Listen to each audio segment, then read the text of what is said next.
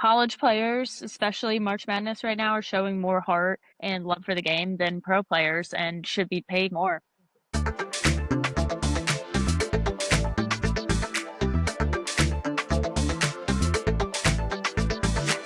Welcome back to Georgia on my mic. I'm Zay. I'm Juan. And I'm Caroline. And this weekend in Georgia, we've got some fun things happening. I will be in Brookhaven, Georgia, a little bit north of Atlanta, for the Cherry Blossom Festival. So you can already see outside they're blooming and things like that. So I'm really excited. It's free admission Saturday and Sunday, so the 28th and 29th from 10 a.m. to 6 p.m. Free admission, tons of vendors, food vendors, commercial vendors, just going to be a good time and the weather should be great. So I'm looking forward to it.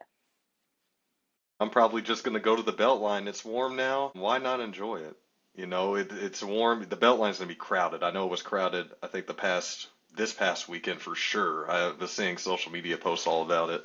So I'm excited. I might stop by Lady Bird and a few other bars. It's going to be a good time. I'll tell you what's always a good time when it's warm outside like this. You guys ever go on like straight up hiking trails like 1 hour north of Georgia? Like, have you guys ever gone up there like to the Blue Ridge Mountains or the Appalachians? I don't know which ones. Have y'all ever gone hiking The like Blue that? Ridge, I think. Yeah. I haven't been to Blue Ridge, but I've heard North Georgia. I've been to a couple places up there, and North Georgia is beautiful, especially right now and like in the fall. Yes. So yeah, no, I'm really wanting to go up there as it gets warmer too. I live in Snellville, so I went to one about a year ago, and it was, I believe, in Winder. It was a really nice park, but I think it was an old indigenous like ground, like native ground, and it was really interesting. It had a lot of the older like infrastructure from those days, so it was a very pretty experience. And it was around this time in spring. What made you think that it was indigenous? Was it like, did you hear spirits, like Native American spirits, or? It had it just had like signs, when you go to like these sites and it has historical signs about it. That's what was there. And I honest to God, I don't even remember half of it because I was just enjoying the hike, but it was nice. It was nice. It's in Winder. It's a state park, I believe. And I'll follow up about it. Okay, I think is it Fort Yargo? Yes, it's Fort Yargo. That's it.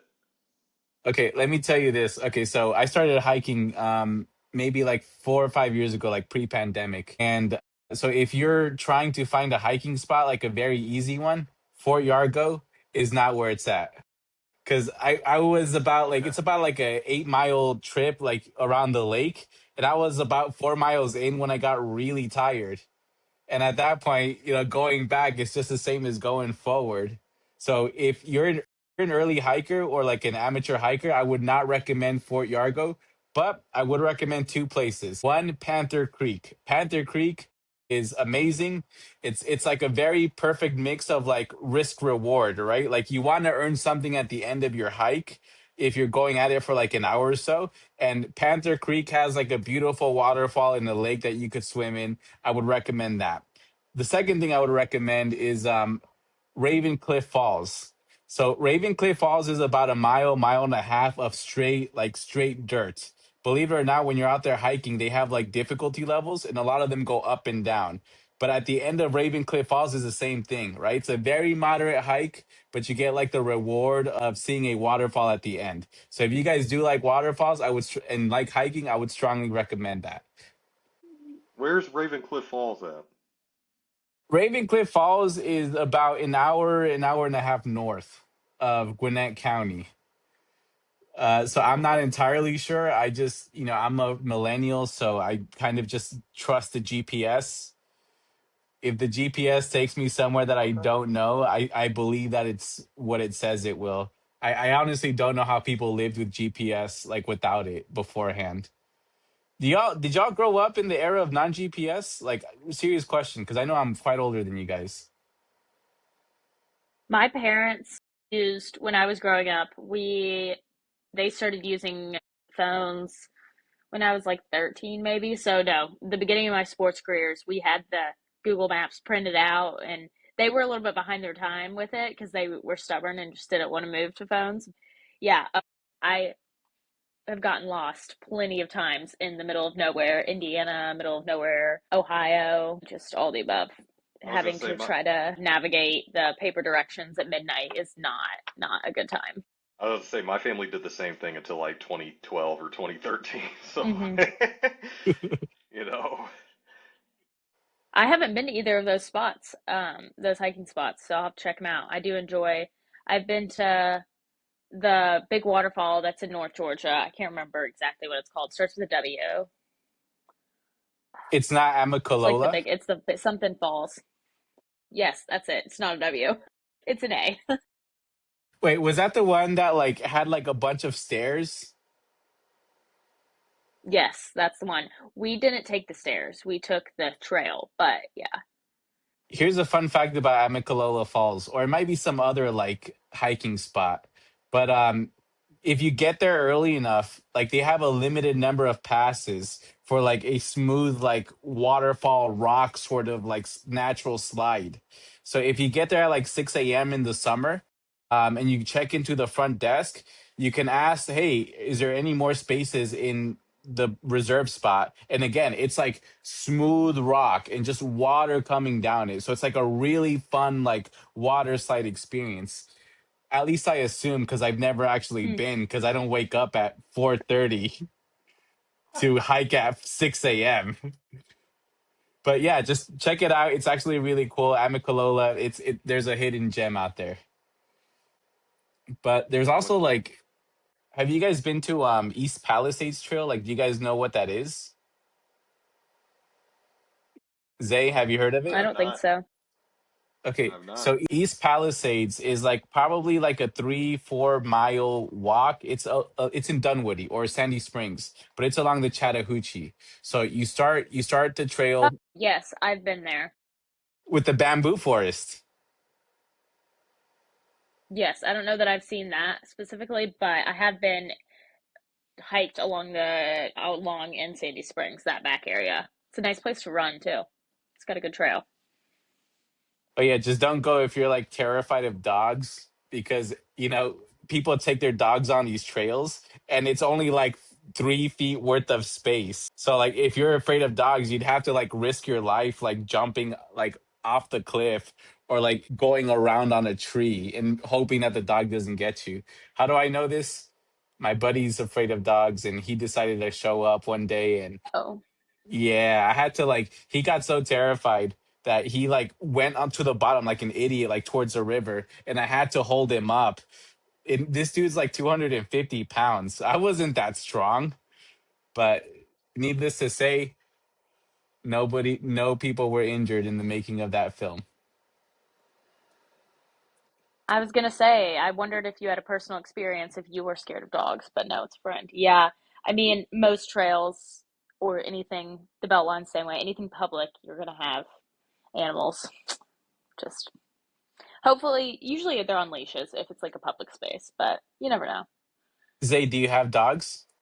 So I have this is my thing with pets. My family, I have two dogs. My girlfriend and I share a cat. She also has two cats on top of the one that we share. Now, what I found about myself personally over the years is that I like both animals, but for very different reasons. And if I had to pick a pet specifically for just my life and my lifestyle at the moment, I would pick a cat just because they're a little more self-sufficient. They're quiet. And when I'm at home, when I'm at my house, I am literally next to where my dogs are. So if there's a coyote or a deer outside my house, I can't sleep that night. So I'm not afraid of dogs, no, to answer your question. But I do, I prefer cats at the moment in my life. What kind of dogs do you have? French bulldogs, French hyper, bulldogs? very hyper dogs. They're very hyper dogs. Okay, so let me ask you guys this. So Caroline, are you a dog person?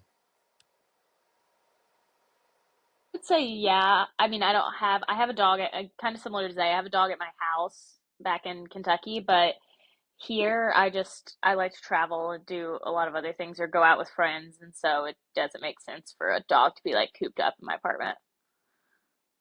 Have you guys heard that you could stereotype dogs based on the kind of dog that they are?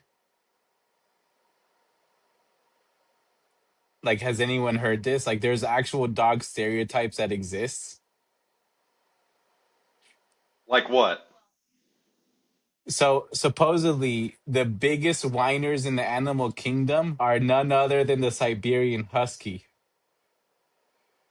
Have you heard of that? Like, it's crazy. Like, Have has any actually, no, I will give you this. I have actually heard of that one because I think that I don't know what it is. I think they act.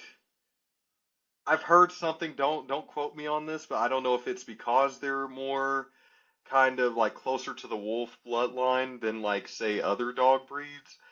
But I have heard of this because they do sometimes howl more than other dogs. I have heard of that. Now, I don't know how true that is, but I have heard this before. Yeah, I've heard, well, and I've heard different ones with dogs fighting or being more aggressive. I feel like that more has to do with how they were trained, though, growing up, like when they were young, how they were treated or trained. Because one of them is the pit bull that everyone thinks is dangerous. My sister has a pit bull and is like the sweetest dog on earth and is super cuddly and like thinks he's a lap dog and he's like 80 pounds. And then some of the worst behaved dogs are like tiny little chihuahuas. Sorry if anyone's like a chihuahua lover, but they're the ones that are Yeah, ankle biting and yapping at you. yeah, So, they're aggressive. My grandmother had growing up, my grandmother had Chihuahuas, and the last one that she had before she passed away a few years back, the dog, not my grandmother, thankfully, was half Pomeranian and mm. half Chihuahua, and she was feisty. She was a very courageous dog, but they are a lot. you know what I've never heard anyone say? I've never heard anyone say, "Man, What? that's a quiet chihuahua." I've never heard anyone say that. So if you didn't believe in dog stereotypes, there it is. Yeah, and Zay, speaking of going to Ladybird this weekend, like you were talking about earlier, I am thinking about making my way down there because there's lots of March Madness going on. We've That's got right. That's Sweet right. 16 starting. Unfortunately, no more Georgia schools are in it. Kennesaw Oh and no. Georgia both lost in the first round.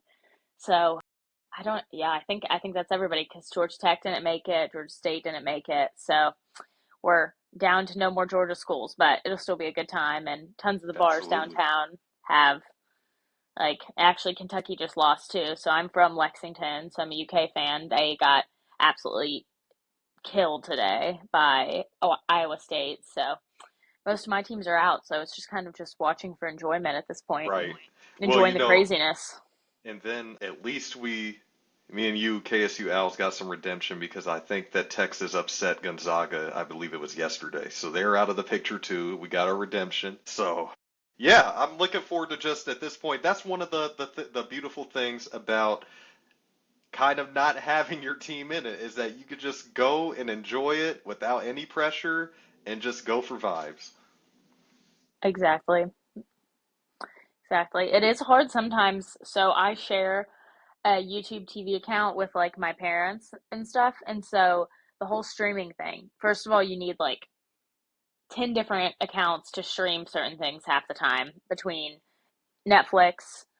Like Netflix did NFL, I think, this year, some random games that, and then you have Hulu, you have shows and movies on Disney Plus. Amazon Prime, I think, did either NBA or NFL games this year. So it's like, and then YouTube TV, only two people I think can watch at the same time. So I get kicked out all the time.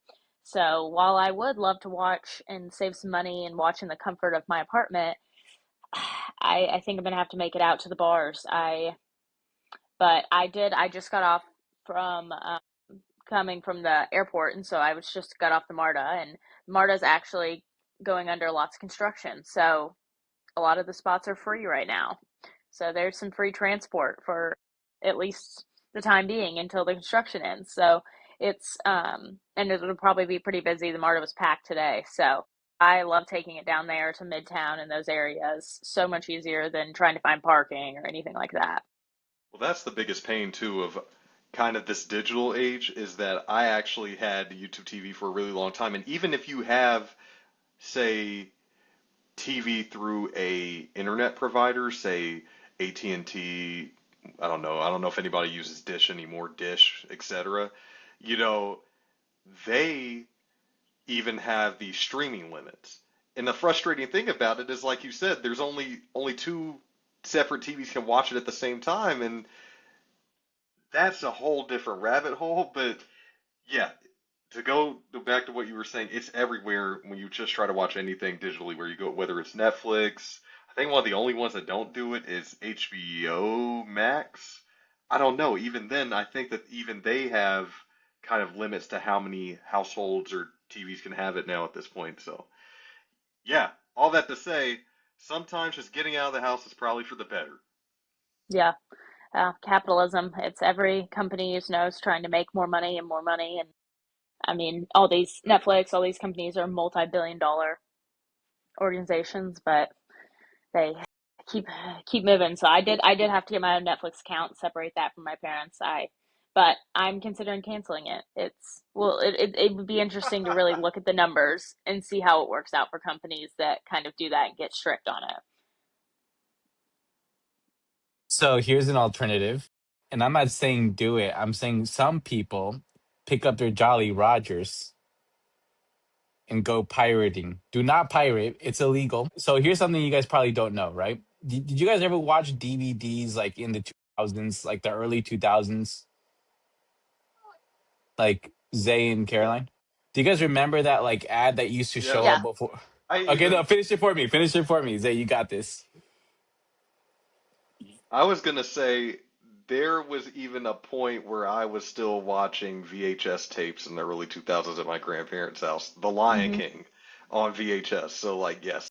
I watched Pooh Bear on the And for those of you who don't know, VHS stands for really old video cassette tapes. Here's the crazy thing. Growing up for me, I heard of something called microfiche. Do you guys know what that is? Zay and Caroline.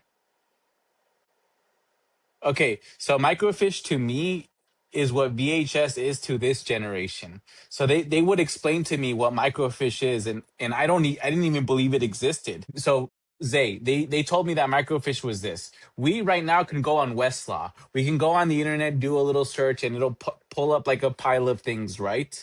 Like oh, you put in these cases, murder, whatever. It pulls up cases. Microfiche is crazy. So basically, there are these slides, and I'm not even sure if I'm talking about the right thing. There are these slides that you would put under a freaking microscope, and you would like look at it and study it, and you would go through the whole microscope text, and then you would be like, nope, didn't have what I wanted. So you would take this little strip, you put it in a box with 1,000 other strips, and then you would pick up the other one and put it in, and then read it again. Doesn't that sound insane?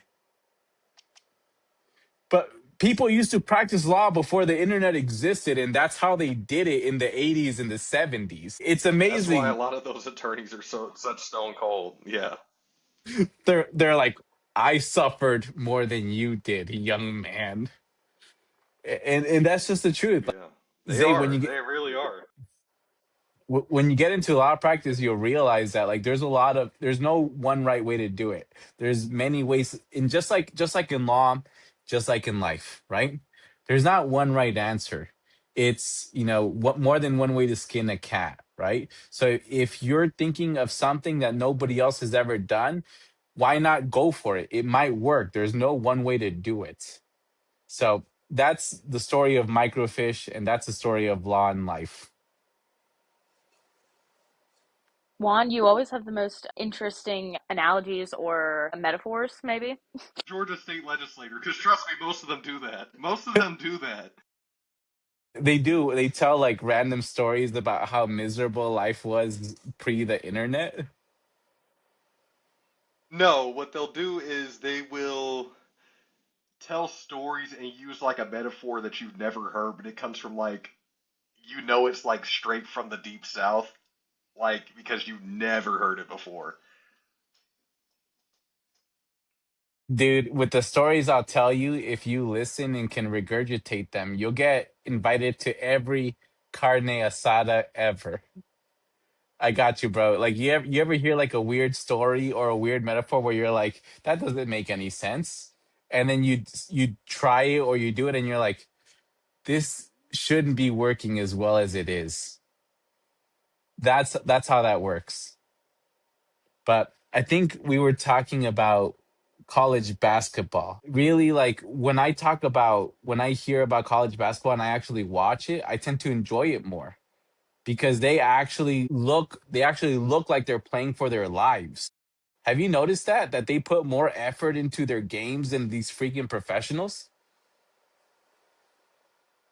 Especially March Madness is kind of the fun thing for that because you are playing a bunch of these people to be their last game ever. They won't be playing pro. And you just have some crazy shots. Like Kentucky was playing Santa Clara 2 days ago, 3 days ago. And Santa Clara had a three-pointer to go up and with like 3 seconds left. Then UK went down and tied it. And so like those type of and went to overtime and won. So those type of games are like in the upsets and just crazy. Like Texas is an 11 seed. They're in the Sweet 16 now. So I think that's what makes March Madness so fun and honestly one of the best like months or like couple weeks in sports period is that the upsets, the excitement around it, fans, like and like I said, I don't have a team really in it now, but I still enjoy watching it and seeing everybody compete. And you kind of draft a team that you're like, I want to see them upset. Like plenty of the Loyola Chicago a number of years back were like a 14 seed and went pretty far. So you'll usually pick an underdog, and people want to see them succeed. So kind of gives some of the mid majors or lower teams a little bit more recognition, which I always enjoy. I think to that point too, a lot of what you see in a lot of college sports is you're seeing these, young men and women also grow as players because I think that once you get to pro in Carolina, I mean, you know more than me on this topic, but once you get to the pro end of it, most of the time that you're in pro, you're at least in your mid 20s. Now, there are exceptions. I know, for example, like Kobe Bryant was an exception and so many others, but I think that also when it comes to pro sports, for years you tend to see only a few teams dominate. Whereas in college, it can be the same way, but it's always up in the air. You never know how it's going to end up. There's so many more opportunities for Cinderella stories, and just the authenticity behind it is, in my opinion, so much greater. Yeah. And you definitely see it with kind of the lack of predictability with brackets. And I think that's kind of what makes it fun too is everyone's like people I know that aren't even remotely interested in sports are in bracket like challenges with me. And they win a lot of the time because you don't have to know anything to put a bracket in. You can and you'll sometimes pick the crazy upset because it's not predictable. And I think I can't even remember what the chance of a perfect bracket is. It's one in trillions, I'm pretty sure. So I don't even know if there's ever been one technically. And I haven't seen recently. I know a couple of days ago there were still some left, but I don't know if there's probably still a few left, but it dwindles down very quickly with all these crazy upsets and just things happening. That kind of makes me think, right? Like, how do people decide brackets? Because I worked at Home Depot, right? I worked retail for a few years, and there was always this like old lady who would just absolutely clobber everyone in the March Madness brackets. And I asked her, "How do you do it? How many games do you have to watch?" And she tells me, "Juan, I just pick whichever animal or mascot I think is going to beat the other." And I'm over here like, where are the stat sheets? Where are the statistics? You don't know the players? She's like, Juan, sometimes life is simpler than you think. So I would continue to think I could beat this lady for 3 years straight, clobbered everyone every time. And the thing is, this is not official, but there may or may not have been a money pool involved.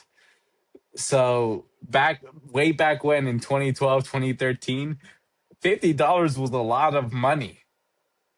It's the kind of money where, like, if you're in a room and somebody owes you $50, they would walk away from that room because they owed you $50. You ever been ghosted over somebody that, like, owes you money? Like, they owe you money. You don't owe them money. They owe you money. And then they ghost you? Seems like you're lending. Seems like you're lending the wrong people money. It's what it. Because I don't have that issue. I always get it back. Yeah, I always get it back too. So I don't know. It's I don't easier know. now with Zelle and Venmo and things like that. So way back when, right before your fancy internet, when we would allegedly gamble or not, it was like between friends and family, right? Like you would see each other at school, you would either see each other at work, or you're in the neighborhood and their car's always there, and you see them, walking their dog every day. So like it was a lot more personal back then. How would I know at 5 years old? Let me tell you that things get kind of crazy in Southern California. Not at five, but at like 11, 12, 13. We used to go outside. We used to play marbles. We used to roll dice. Zay, you ever play dominoes? I am not going to confirm or deny that statement, but more than likely no. No, okay. But like things before the internet, and I'm not a practitioner of like pre-internet life, right? Like I was maybe 10 or 12 years old, but there used to be a lot more connection within neighborhoods. And I'm kind of wondering if like the rest of the world feels less connected because of the internet, because of how allegedly connected we are, but are we really? I don't know. I don't know you guys. Like how did it work for you guys?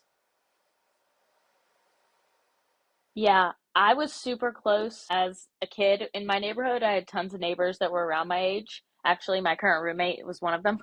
So like I loved that and want that for my future kids to have that neighborhood because I we would always again go outside like after school and play and like hang out and do things instead of being on screens. So I always appreciated it. But I think technology gives you a false sense of like community in thinking, oh, I have a lot of people because I have a lot of followers, or I'm on this talking, texting to someone, but it's just not the same as a genuine connection. And it's even like FaceTime is closer, but still it's not the same. It's definitely FaceTime's great for long distance things and friendships and relationships, but still not the same as face to face and really actually having a deep conversation and getting to know someone.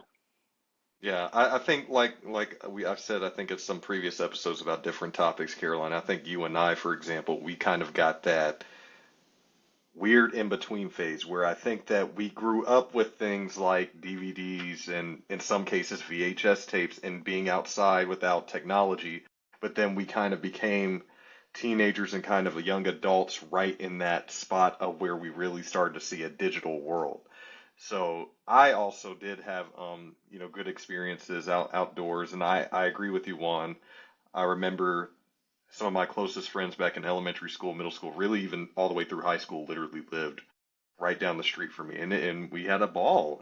So but there's something about that authentic connection that, like Caroline was saying, that I think is just irreplaceable in today's world. And I often wonder, especially with Gen Alpha, for example, how that'll affect them because it's going to be a lot different. But I think we see a lot of people, younger millennials, a lot of Gen Z really kind of trying to scale back with that because we've seen the extreme effects of it. For sure. Um, and I think to just finish off the March Madness talk, there's some, if you really are a high roller and really want to have the money to spend and want to go on a trip, the Sweet 16 locations are in Houston, San Jose, which that one really might, if you're really trying to break the bank and go see some good games, that one will do it. But Chicago and then Washington, D.C. So unfortunately, nothing near Atlanta. So these would all be flights, which I can attest to coming back from Denver today visiting friends. The Atlanta airport specifically is not a place you want to be right now. The security line, TSA line, was wrapped all throughout baggage claim. I don't think I've ever seen, I've flown quite a bit, and I don't think I've ever seen a line like that. It's crazy, and I can't blame them. A bunch of these agents are going on, might even be 4 weeks, 3 or 4 weeks, I think now, without being paid with the partial government shutdown of, for anyone that's not aware, it's the Homeland Security side of things. So they're trying to work at that out. But I really have a struggle with the government shutdowns of so many federal employees not being paid, but Congress is paid the whole time. So I think that's something that a lot of people don't realize in these shutdowns, that the people that are causing it are still getting paid. Whereas I think they'd be a little bit more, um, have a little bit more pressure to get something figured out if their livelihoods were on the line. You know what I hate? You know what should be mandatory? It should be mandatory for Congress members to say whether or not it is a clean bill. It should be absolutely mandatory that people who tell you, "Hey, they didn't want to fund this," that there's something there that says, "Why? Did they not want to fund this because you were going to give millions of dollars to your buddies, or millions of dollars to war, or millions of dollars?" So, for those of you who don't know, a clean bill is basically whatever the bill says it is, period. So if it's like, for example, let's fund the TSA, right? The Democrats, I'm not partisan right now, but the Democrats gave nine chances to the Republicans to fund TSA, a clean bill. Do you want to fund TSA? Yes or no? Okay. The Republicans obviously said no. They don't want to fund TSA unless they get something out of it, apparently, because I'm about to explain to you. So what the Republicans do is they pass a fund the TSA bills, but attached to that bill is a little, maybe a large portion that says give money to my corporate donors, or give money to war, or give money to something we don't want. But because the fund the TSA thing is, it goes over to the Democrats. They say, hell no, we don't want to fund this other garbage. And then the Republicans get to say they didn't want to fund TSA. So they're lying to people. I think there has to be something mandatory that says this is or this is not a clean bill. This is a clean bill because this is the only thing that it does, versus this is not a clean bill because does a million things. And because we're human beings and we process information one thing at a time, we think Democrats don't want to fund the TSA. They're jerks. They don't want government employees to get paid. But the truth is, they just didn't want to fund this other garbage that wouldn't help working people. So I think that if we say this is a clean bill that funds this, versus this is a dirty bill that funds this and funds a million other garbage, I think we as Americans would make better decisions. That's what I think. Yeah, I mean, I agree. I think that we saw that earlier with the full government shutdown with the healthcare, is that it made it seem like anyone that's not voting to fund is terrible and doesn't care about all these people getting paid and things like that. But that's not really the case, is there were a lot of things in that bill that were gonna cause premiums to skyrocket and other things. And you see, um, some of the consequences of that now. And then again, with just the price costs, like talking about flying around, to any of those locations for a basketball game, is the flights are going to continue to go up. I've heard a lot of people talking about that. I thankfully got mine before we started and went to war, but the gas prices are going crazy too. So flights and everything is going to just continue to rise until we get out of a war that we shouldn't be in. By the way, guys, you guys aren't old enough to remember this because I'm ancient. But you know what happened earlier this year in Iran, with like we're bombing them and we're gonna get involved in the conflict with them? You know who remembers that? Literally everybody who was conscious in 2001. Because that's what we're doing right now. We are going into a war that is not helping us. We're not trying to defeat anyone specifically. We know it's going to waste a lot of our money. Have you guys seen the numbers, the budget numbers that we've already spent on this war? We could have funded healthcare. We could have funded infrastructure. We could have gone towards clean and renewable energy so we save our freaking planet from climate change. We could have done all of that. But instead, what did we do? Let's go into this war so that we can talk about it and forget about the Epstein files and forget about how there's people who are taking our money and we're not saying anything, not saying or doing anything about it. how much more has to be taken from us before we say, you know what, maybe we shouldn't vote people who are robbing us in? How much more has to happen? Because right now I'm looking at a deficit. Right now I'm looking at a historical debt. Right now I'm looking at wealth and income inequality that hasn't existed since the Great Depression. And you're wondering whether or not a draft is viable? How about this? Let's get back to America first. Let's get back to our communities first. Let's get back to a point where we care about where our tax dollars go, because I sure as hell do not want it to go to bombing children in a war that doesn't affect us in any positive way. That's what I think. Yeah. I mean, Amen to can't that. say, can't argue with that. Yeah. No, I mean, and I think that's pretty, I think that's a pretty great way to end the episode with a bang. So, I mean, thanks for listening and join us again next weekend. A bang, literally, yeah. No, no pun But intended. join us next week for Georgia on my mic.